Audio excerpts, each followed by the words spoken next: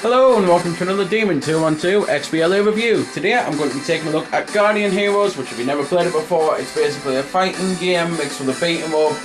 So it's like both types of beat 'em up, because as far as I'm concerned, fighting games are beat 'em ups. You beat them up. It's like names, clues in the name. Granted, fighter, clues in the name, you fight people, but still, it's both versions really mixed together. I'm probably best off showing it off. So for now, story, which is story mode, versus, which you can verse each other. Training's training. Arcade, I'll show that off because it's a bit different. Gallery is simply a gallery. You can go on the Xbox Live Party, so you can play the game online or offline, 4-player. Graphics, you can choose original or remix. I'll probably show both by the end of the video when I cut the music or something, but for now I'll stick with remix because you may not have seen them, and like as they're the new ones. Leaderboards, achievements of achievements, help and options. You can fully customize your controls between the original mode and remix mode, depending on which you choose. Depends on how many controls you've actually got to customize, because remix has a lot more button presses, which may sound more complicated, but it kind of simplifies it. At least it does for me. I like having the extra buttons to do the extra functions. So story mode, I'll simply start a new game. As I say, you can choose original or remix. You can choose your difficulty as well. And as I say, you can play it offline if you want to. But for now, I'm on my own. So I'll just choose her, just for the hell of it. You obviously get some story, but for now I'm going to skip that. Gameplay wise, as I say, it's like they both beat 'em up. So it's, as you can see, the enemies are coming on, so it's like a side-scrolling beat 'em up, but control-wise it plays like a regular beat 'em up. You've got a kind of weak, medium and strong attack. You've got a little dodge back, or you can jump forward by jumping with the analog, and that means jumping attacks are a little bit more awkward than a usual beat 'em up. I'm pushing ear all the time, personally, to be able to jump, and I instead do that little dodge back. It's got a proper command list if you go into the repertoire part of your options, so you can do proper moves, so fireballs and that, which I'll pull one off now, and they use mana, because the game's also got some hefty RPG elements. You can level up throughout the game and get stronger and more, like, get faster type thing. You can get more magic, you can get more luck, just the standard RPG stuff really. It's got a bit of Fatal Fury in it, with the fact that you can swap between planes to fight enemies. It's got 30 stages, which is a hefty amount when you think 30, and it's an even heftier amount when you realise that to play all 30 you have to beat the game like 5 times, or might be 7 times. I'll be honest, I've lost count in how many ways you could go down the path, but basically it's a case you beat a stage, you get a choice between 2 more. You beat them, you get a choice between 2 more, etc, etc. It goes on like that, so it's not exactly the sort of game where you can beat it in an hour and think, oh well, what a waste of points. Especially because it's only 800 points and it's got like 40 characters to unlock on the game, so it's a pretty hefty game for the price that you're getting.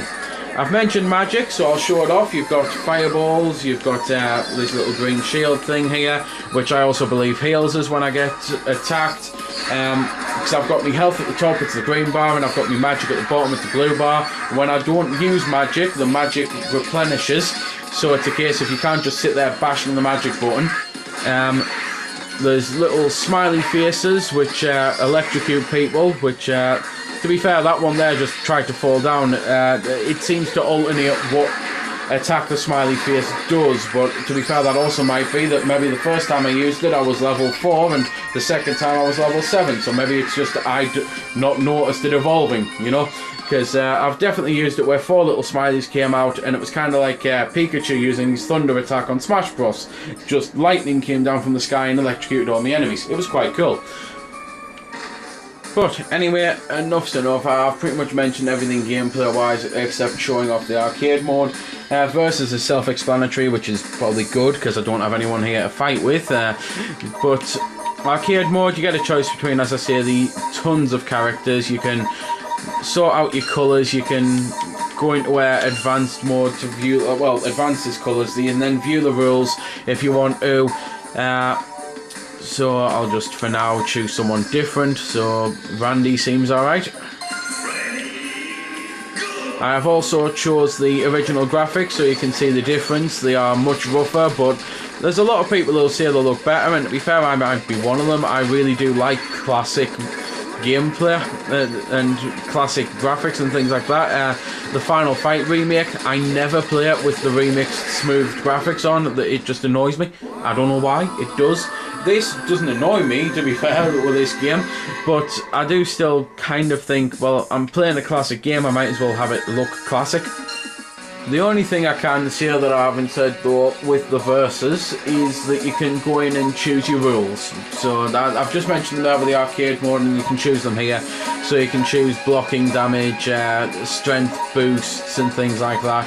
With the arcade mode you could choose, I believe, your max level, which I think you could go up to 200. It might be that you can go down to 200. If I quickly go into it I should be able to check. So there we go then, that's just the screen saying minimum level, maximum level, etc. And special moves and stuff. It's just, as I say, it's got a mix of all sorts of different genres, but it's 800 points, which is cheap.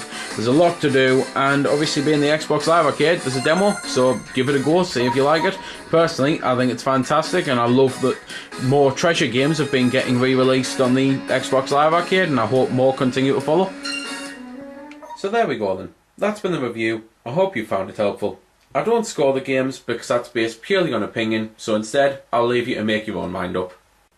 So thanks for watching, and if you've got any questions about the game that I didn't answer in the vid or that hasn't been answered in the comments, then feel free to ask and I'll help if I can. Also, if you did find it helpful, don't forget to check out my channel because there's plenty more like this up there, and don't forget to subscribe because there'll be plenty more to come as well. So until next time, this has been Demon212, signing off.